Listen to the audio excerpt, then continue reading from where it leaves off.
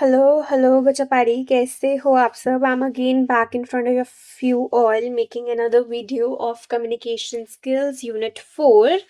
तो शुरू करते हैं डायरेक्ट हम वीडियो से। तो इसके अंदर बेसिकली सारे आर्टिकल्स और वो सारी चीज़ें ही हैं।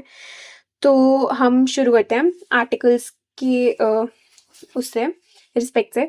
सो बेसिकली आर्टिकल्स दो टाइप के होते हैं, डेफिनेट आर्टिकल्स और indefinite articles. Definite articles basically वो होते हैं जो किसी पर्टिकुलर चीज़ को मतलब जो कोई नॉर्मल चीज़ होती है उसे पिन पॉइंट करता है और उसे किसी पर्टिकुलर चीज़ के रिस्पेक्ट में बोलता है, ठीक है। जबकि इनडेफिनेट आर्टिकल्स वो होते हैं जो यूजुअली किसी पर्सन और थिंग के बारे में बता रहा होता है। मैं एग्जांपल देके बताती हूँ कि suppose a doctor that is any doctor, ठीक है। मतलब मैंने बोला कि there is a doctor, but मैंने ये नहीं बोला ना कि वो कौन सा डॉक्टर है या उस डॉक्टर का नाम क्या है। तो मैं कोई भी डॉक्टर अज्यूम कर सकती हूँ, may be pediatrist, may be कोई न्यूरोसर्जन, हार्ट सर्जन, या मे बी कोई नॉर्मल क्लिनिक का डॉक्टर हो। मैं कोई भी डॉक्टर अज्यूम कर सकती हूँ। While on the other hand if I say कि he saw the doctor, meaning some particular doctor. मतलब इफ आई एम सेइंग कि ही सॉ द डॉक्टर, ठीक है।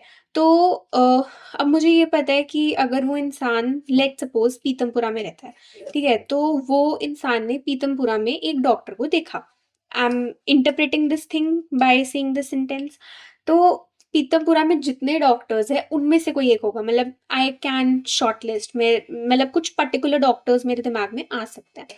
तो this is the difference between definite and indefinite. Definite मतलब जहाँ पे मुझे, और डेफिनेट को और क्लियर कट बता देती हूँ कि may be if I am saying कि मिस्टर राकेश बंसल और may be doctor Rakesh Bansal, ठीक है।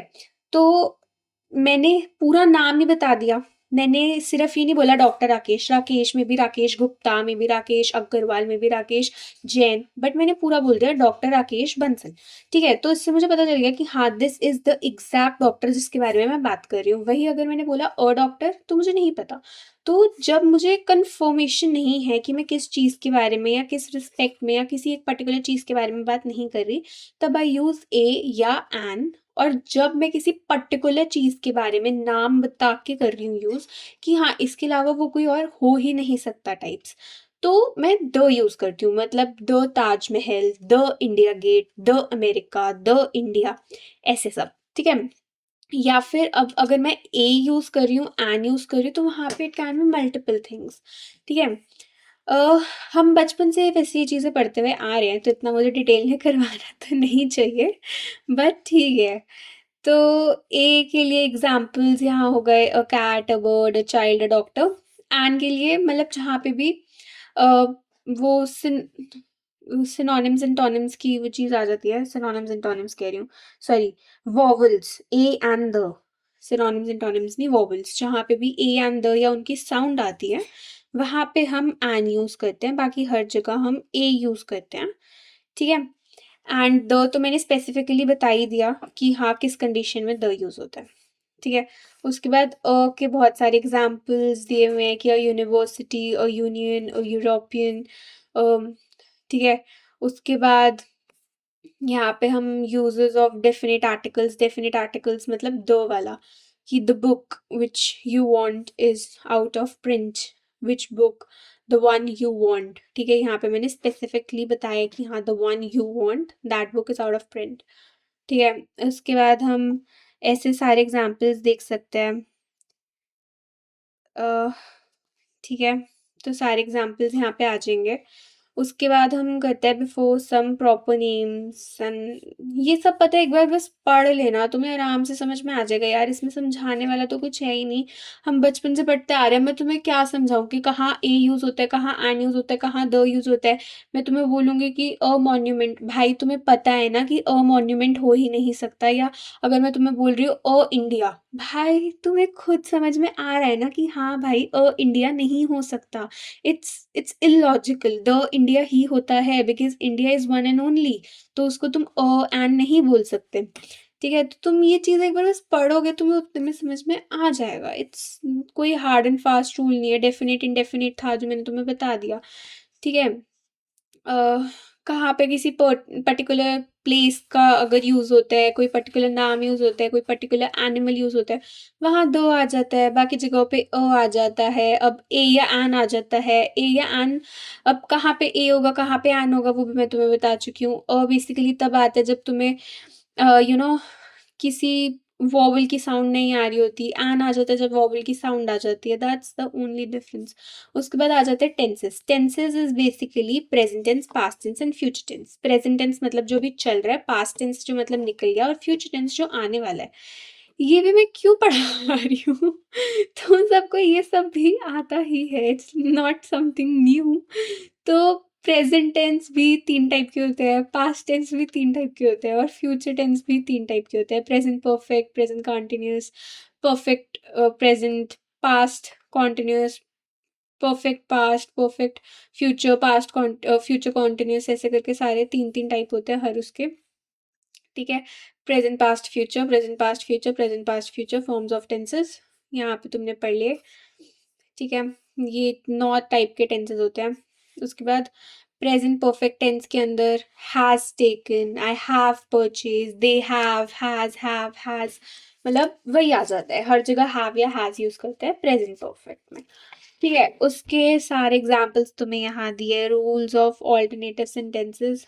तो यहाँ पे तुम्हें कुछ रूल्स एक्सप्लेन किए हैं, अगर तुम्हें ये रूल्स पढ़ने हो तो तुम वो भी पढ़ सकते हो। कि पहले सिंगुलर सब्जेक्ट आता है, फिर has, then third form of verb and then the word. या फिर अगर प्लूरल सब्जेक्ट है तो have, then third form of verb, then final one. For example has हमने पहले पढ़ा था, तो हैज़ का एग्जाम्पल हुआ it has become dark now. Have के लिए आई हैव मेट हर। ठीक है। तो अ, ऐसे ये सारे रूल्स हैं। वैसे तो इसका बेस्ट तरीका होता है जो तुम्हें लगे कि हाँ सूटेबल है उस वर्ड में फिट होने के लिए, वहाँ पे तुम डाल दो। आज तक मैं भी अपने इन सारे पेपरों को ऐसी करती आई हूँ कि फिल इन द ब्लैंक्स दिया होता था, फिल इन द ब्लैंक्स में जो मुझे लगता था हाँ यहाँ घुस सकता है, वो मैं उसको वहाँ पे फिट करके उसका वर्ड बना देती थी। मोस्टली तो पढ़ने में ही समझ में आ जाता है कि ये नहीं हो सकता या ये हो सकता है। ठीक है। अगर तुम्हें ये वर्ड समझ में नहीं आ रहे, और जिससे ये चीज़ें आती है उसे पढ़ने की नीड नहीं है, जब जिसे नहीं आता वो उसे इतनी सी देर में तो समझ में आ नहीं सकता, तो उसे इतना ही बेस्ट है कि भाई तुम ऐसे ही करते हो। क्योंकि मैं खुद ये चीज़ें कर रही होती थी जब मुझे किसी उसके अंदर रूल्स एंड रेगुलेशंस के थ्रू, या मुझे किसी पर्टिकुलर सेंटेंस के अंदर मुझे प्रॉपर लॉजिक लगा के चीज़ें समझ में नहीं आती थी, तो मैं यही करती थी कि भाई ठीक है जो पढ़ने में अच्छा लग रहा है उसको टिक कर दो। और वैसे करके टेंसेस क्या, वैसे करके सारे टाइप के ऐसे जो फिल इन द ब्लैंक्स वाले क्वेश्चंस होते थे जो बेसिकली ग्रामर रिलेटेड होते थे, वो सॉर्ट हो जाते थे। ठीक है। तो ये भी सारा सेम सेम ही है, तुम एक बार बस नॉर्मली पढ़ लोगे ना, तुम्हें सब समझ में आ जाएगा। उसके बाद हम आगे बढ़ते हैं। ये पूरा का पूरा टेंसेस ही चल रहा है। उसके बाद एग्जाम्पल्स ऑफ एक्टिव पैसिव। ठीक है। एक्टिव पैसिव तो मैं बता देती हूँ। एक्टिव पैसिव क्या होता है कि बेसिकली जो तुम इसके अंदर सब्जेक्ट और वर्ब और अग्रीमेंट और वो सारी चीज़ें आ जाती है कि कैसे एक्टिव पैसिव के अंदर तुम वर्ड्स को डिफाइन करते हो और करते हो। जैसे फॉर एग्जाम्पल एमा राइट्स अ लेटर, तो इसमें अ लेटर को तुम पहले करोगे, एमा राइट्स को तुम बाद में करोगे। ठीक है। A letter is written by Emma. ठीक है। उसके बाद अगर प्रेजेंट कॉन्टिन्यूस में है सेंटेंस, तो उसमें एमा इज राइटिंग अ लेटर, यहाँ पे फिर से अ लेटर तुम पहले करोगे, एमा को तुम लास्ट में करोगे, और राइटिंग को तो बीच में ही रहेगा क्योंकि दैट्स बीच में मेन काम। तो a letter is being written by Emma. ठीक है। ये रहा। तो ऐसे करके तुम सारे इसके एग्जाम्पल्स देख सकते हो कि present simple, present present continuous, past simple, past continuous, present perfect, present past perfect, future simple, future going, model, model perfect, और इन सब में तुम कैसे सेंटेंसेस को अपना लिख सकते हो। एक्टिव एंड पैसिव तुम समझ में आ गया होगा। ये वैसे भी हमें पहले से भी पता ही होती है यार, ये चीज़ें तो समझाने वाला जो जो था वो मैं तुम्हें यूनिट 1 और 2 में समझा चुकी हूँ। यूनिट 3 में भी इतना समझाने वाला कुछ नहीं था, यूनिट 4 में भी इतना समझाने वाला कुछ नहीं है। पूरी दोनों यूनिट ऐसी है। Unit 3 was basically about writing, unit 4 is all the grammar stuff जो भी तुम्हारा इंपॉर्टेंट है। तो एक्टिव सेंटेंसेस छोटे होते हैं, पैसिव वाले उसका बड़ा फॉर्म होते हैं। अगर तुम्हें ये नहीं याद हो रहा कि हाँ एक्टिव कौन सा पैसिव कौन सा, तो एक्टिव आर द छोटे वन, पैसिव आर द बड़े वाले। कि अ मैन इज रनिंग। ठीक है। तो इसका अगर पैसिव मैं लिखूं तो not possible as object after verb because running is missing. ठीक है. To recognize an active and passive sentences easily, ask 3 questions. First, which is कि what is an action या verb in the sentence. जैसे action type हो गया running, jumping, eating, cooking, ये सब actions हो गए. ठीक है. उसके बाद what, who is the subject in the sentence, मतलब उस काम को करता हुआ इंसान कौन सा है, and वो सारी चीज़ें. ठीक है. बस एक सेकेंड. हाँ, उसके बाद तुम्हें ये क्वेश्चन पूछना है कि is the subject of the sentence performing the action और verb and whatever it is. ठीक है. If the answer of the last question is yes, then the sentence in the action voice, but the answer to the last question is no, then the sentence is in passive voice. ठीक है. तो मैं active voice और passive voice कैसे define करनी है अब तुम्हें समझ में आ गया. अगर आंसर इस क्वेश्चन का येस है तो you can say that it's in active voice. अगर आंसर नो है you can say it's in passive voice. It's very easy.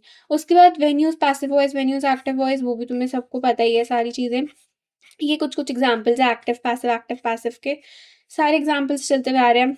उसके बाद एक्टिव में तुम सबसे पहले सब्जेक्ट लिखते हो, फिर वर्ब EES या ऑब्जेक्ट लिखते हो, या फिर subject do does not verb का first form and then object. Passive में तुम कैसे पैसिव में तुम ऑब्जेक्ट पहले लिखते हो, सब्जेक्ट लास्ट में लिखते हो, और बीच की चीज़ें तो ऑलमोस्ट सेम सेम ही रहती है. ठीक है. उसका बस सुपरलेटिव डिग्री चेंज हो जाता है.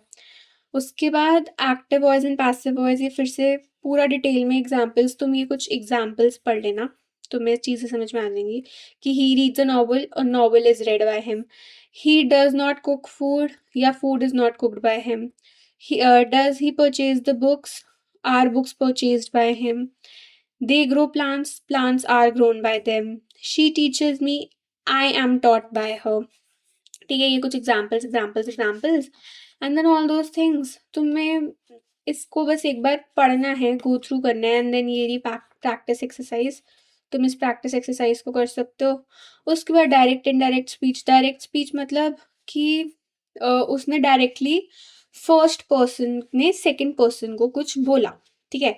अब इनडायरेक्ट स्पीच होती है कि फर्स्ट पर्सन ने सेकंड पर्सन को बोला, पर उस सेकंड पर्सन ने थर्ड पर्सन को जाके बताया कि फर्स्ट पर्सन ने सेकंड पर्सन को क्या बोला. तो दैट इज इट. ठीक है. उसके बाद direct speech, when we express someone's words in our words, it's called indirect speech. And when we express someone's words as it is, it's direct speech. For example, they said we will be partying tonight, it's a direct speech. या फिर they said they would be partying that night, it's indirect speech. मतलब मैंने किसी ने मुझे कुछ बोला और मैंने उसे as it is जाके बता दिया, तो इट्स डायरेक्ट स्पीच. पर अगर मैंने उससे बोला कि हाँ उन्होंने ये बोला कि वो उस रात को ये करेंगे, तो दैट इज इनडायरेक्ट स्पीच. ठीक है. उसके बाद हम आ जाते हैं रूल्स एंड ऑल. ये सब भी बहुत बेसिक है. उसके बाद सब्जेक्ट ऑब्जेक्ट नो चेंज, ये SON रूल होता है. ठीक है. And then comes to direct and direct examples. Direct में he says I am in the 9th class. Indirect में कि he says that he is in the 9th class. तुम्हें समझ आ रहा है ना मतलब मैं क्या बोलना चाह रही थी. डायरेक्ट में तुमने सीधा बोल दिया कि हाँ उसने बोला, और कोट में कि क्या बोला. उसके बाद इनडायरेक्ट में तुम बताते हो उसने बोला ऐसे ऐसे ऐसे. ठीक है. तो ये सब हो गया. उसके बाद हम इसके कुछ एग्जाम्पल्स देख लेते हैं डायरेक्ट इनडायरेक्ट के, विच इज ये सारे एग्जाम्पल्स एंड ऑल. उसके बाद डिग्रीज ऑफ एडजेक्टिव्स, मतलब beautiful, more beautiful, most beautiful, ये फर्स्ट फॉर्म ऑफ डिग्री होता है, ये सेकंड फॉर्म ऑफ होता है, ये थर्ड फॉर्म ऑफ डिग्री होता है. First form of degree is basically जहाँ पे तुम पॉजिटिव, कंपैरेटिव या सुपरलेटिव डिग्री के अंदर चीज़ें करते हो. ठीक है. First form of degree is basically जहाँ पॉजिटिव होता है, second form of degree is basically comparative, और third form of degree is the superlative degree. ठीक है. तो ये सारे कुछ कुछ एग्जाम्पल्स ये रहे. उसके बाद positive degree is the one जहाँ पे this offers no comparison and it just tells us about the existence and all these things. उसके बाद comparative degree, this compares two things to show which has the lesser or greater degree of the quality. And then the third one is superlative, कि this compares more than two things and show which one has the least or greatest degree of quality. ठीक है, उसके बाद हमने इसकी rules वगैरह पढ़े हैं। वो ये रहे, तुम एक बार बस पढ़ोगे इन सब चीज़ों को, तुम बस गो थ्रू कर लोगे ना, तुम्हें सब समझ में आ जाएगा। मतलब यूनिट 4 तो पढ़ने वाली है ही नहीं। यूनिट 4 तो it's all about your basic understanding, जो तुम अभी से लेकर बचपन से लेकर अब तक करते हुए आए हो। भाई तुम कॉलेज के सेकेंड ईयर में हो, ये सब तो पढ़ाते हुए भी मुझे ऐसे मतलब लग रहा है कि क्या बोल रही हूँ मैं, बट ठीक है चलो। उसके बाद common errors, this is something which almost every time comes in the paper. मेरे पेपर में भी आया था ये। तो कॉमन एरर्स मतलब कि कोई वर्ड हम उस वर्ड की जगह कुछ और लिख देते हैं। मतलब take take care not to lose your keys, ठीक है, जबकि इसका करेक्शन है take care not to lose your keys. यहाँ पे हम ये वाला योर नहीं बोल सकते, हम योर बोलेंगे, ठीक है। तो इट्स या से टेल, ये कुछ करेक्शंस है। वेरी मच की जगह लिटिल फ्यू, ये कुछ करेक्शंस है जो हो जाते हैं। एंड देन उसके बाद हम पढ़ते हैं कंपैरेटिव्स की the phrase no sooner than, और वो सब कि no sooner she arrives home when the maid rang the doorbell, no sooner had she arrived home than the maid rang the doorbell, right? या फिर my father no sooner left while a client called, इसका correction होगा my father had no sooner left than a client called, ठीक है। तुम normal जैसे से एक बार पढ़ लेना, कोई भी कंफ्यूजन हो तो I am there, you can reach out to us, to any one of the faculty members of the bunk to brains, ठीक है। इसके बाद ये तुम्हारी एक्सरसाइज के क्वेश्चंस आ गए, इनमें से एक्सरसाइज के क्वेश्चंस वगैरह कर लेना। उसके बाद concepts of learning and listening, ये थोड़ा इम्पोर्टेंट है, ठीक है, क्योंकि ये भी कभी कभी आ जाता है। It's basically the concept of learning is acknowledged as an essential component of effective communication by many disciplines, ठीक है। Learning is listening to learn focuses on the development of the listener's ability to complete meaning focused tasks as well as their use of language knowledge and listening uh, texts for learning, ठीक है। This concept of learning and listening will clarify the difference between the listening to learn and learning to listen, while on the other hand learning to listen addresses to the process and listening, that is how students arrives at the comprehension, ठीक है। तो listening has an important role both in daily lives and academic contexts, as it's crucial for people to sustain effective communication. However, in recent years, where the emphasis given to the communication in language teaching, listening stated to take it long deserved place in the language programs, ठीक है। And there are 4 R's of listening, which is receiving, responding, recalling, rating. And in Indian style, in Indian saying, draws attention to the natural fact that we have 2 ears but 1 tongue, which means we should listen twice as much as we speak. All right. उसके बाद listening is the ability to accurately receive messages in a communication process, and listening is not as same as hearing. Listening is basically when you are hearing something and grasping what the other person is saying and understanding and processing their context, while hearing is basically that you are hearing something but you're not able to process it, मतलब वो तुम्हारे कान में जा रहा है पर दिमाग में नहीं, ठीक है। और लिसनिंग होता है कान में जाके दिमाग में जा रहा है और तुम्हें समझ में आ रहा है, ठीक है। उसके बाद आ जाता है कि most people are not good listeners. Fortunately, the listening capacity can be improved by understanding the steps involved in the process of listening and all those things. तो तुम ये चीज़ भी समझ सकते हो कि इसका step 1 होता है रिसीविंग मतलब तुम्हारे कान तक इन्फॉर्मेशन जानी चाहिए, क्योंकि जब तुम्हारे कान में इन्फॉर्मेशन जाती है तब तुम्हें वो समझ में नहीं आती, पर तुम्हारे कान के थ्रू न्यूरो नेटवर्क के अंदर वो चीज़ जाती है और न्यूरॉन्स तुम्हारे दिमाग के उस इन्फॉर्मेशन को पास करते हैं दिमाग में, जिससे तुम्हें समझ में आता है कि भाई जो बोला वो उसने बोला क्या। उसके बाद स्टेप 2 तभी तुम्हारी अंडरस्टैंडिंग होती है कि भाई तुम्हें समझ में आया उस बंदे ने क्या बोला या उस इंसान ने क्या बोला। उसके बाद स्टेप 3 होता है कि जो तुमने समझा उसे तुम कितनी देर तक रिटेन कर पा रहे हो, कितनी देर तक याद कर पा रहे हो, ठीक है? उसके बाद नेक्स्ट स्टेप कम्स इवैल्यूएटिंग, ठीक है? इवैल्यूएट करना कि तुमने जो समझा वो सही है, गलत है, क्या नहीं है। ओके, उसके बाद स्टेप 5 आ जाता है जहाँ पे तुम फीडबैक देते हो कि यार तुमने ना ये बोला था एंड आई फील कि ये ना गलत बोला था, या आई फील यहाँ पे ये इम्प्रूवमेंट हो सकती है। That is what you do in the stage 5। Alright, तो स्टेज 5 में ऐसे सारा आ जाता है, ठीक है? This is stage 1 2 3 4 and this is 5। यहाँ पे नंबर्स गलत लिखे हैं। उसके बाद द 4 स्टेप्स ऑफ लिसनिंग, तुम इन्हीं स्टेप्स को डिटेल में बता सकते हो कि लिसनिंग कि receiving is basically hearing is our first step of listening, and at this stage it's a listener simply attends to the speaker and hears to the message what he or she is saying and just listens it without even retaining or understanding the concept of the message. उसके बाद second step आ जाता है understanding, where it's remembering, मतलब the second step is interpretation and the listener fails to interpret the words correctly, the message can be misunderstood.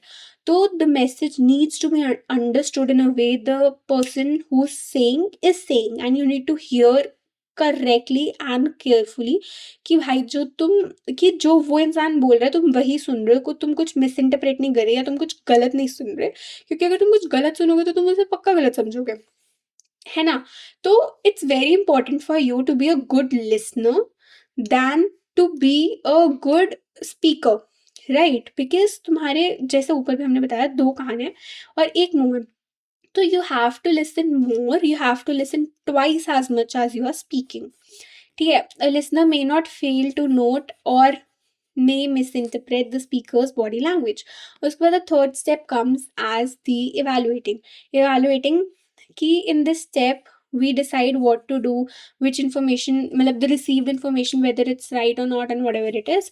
उसके बाद feedback is basically listening is not being passive, it's positive activity. It's basically जो तुमने सुना समझा उसे तुम उसके बारे में बता रहे हो कि तुमने सही समझा या तुम्हें क्या समझ में नहीं आया या तुम्हें ये सही लग रहा है, गलत लग रहा है या वट एवर इट इज़, तो तुम वो चीज़ें बता रहे होते हो फीडबैक के अंदर। उसके बाद आ जाते हैं barriers and how to overcome it. Barriers is basically forced attention, मतलब कि तुम जानबूझ के ऐसे अटेंशन एंड ऑल दे रहे हो तो तुम उसे ओवरकम कर सकते, मतलब ऐसे अटेंशन ग्रैब एंड ऑल कर रहे हो तो तुम इसे ओवरकम कर सकते हो बाय मतलब टॉकिंग लेस या फिर चुप होके, ठीक है? उसके बाद आ जाता है premature evaluation to the of the subject matter. इसके लिए तुम अपने आप को प्रिपेयर कर सकते हो कि भाई तुम ज़्यादा सुनो। उसके बाद अगर तुम्हें सुनने में दिक्कत आती है तो put the speaker at ease, मतलब तुम जो बोल रहे हो उसे बोल दो कि भाई मैं इतना नहीं सुन सकता है ना, तो वो हो सकता है। या फिर अगर तुम ज़्यादा एक्साइटेड हो तो तुम एम्पथाइज कर सकते हो और वो सारी चीज़ें आ जाती है। Poor listening versus effective listening, it's the differences कि तुम जल्दी डिस्ट्रैक्ट हो जाते हो तो मतलब तुम्हारी पुअर लिसनिंग है, या अगर तुम कॉन्सेंट्रेट करते हो मैसेज में तो तुम ज़्यादा अच्छे लिसनर हो, इफेक्टिव लिसनिंग करते हो। अगर तुम रेजिस्ट करते हो न्यू आइडियाज़ को, मतलब तुम ज़्यादा ओपन नहीं हो, तुम दूसरों का पर्सपेक्टिव जानने में इंटरेस्टेड नहीं हो, which indicates that you are a poor listener.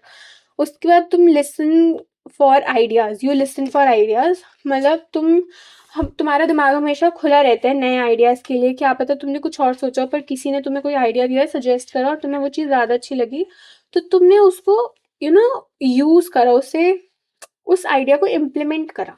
तो that is an quality of an effective listener, ठीक है?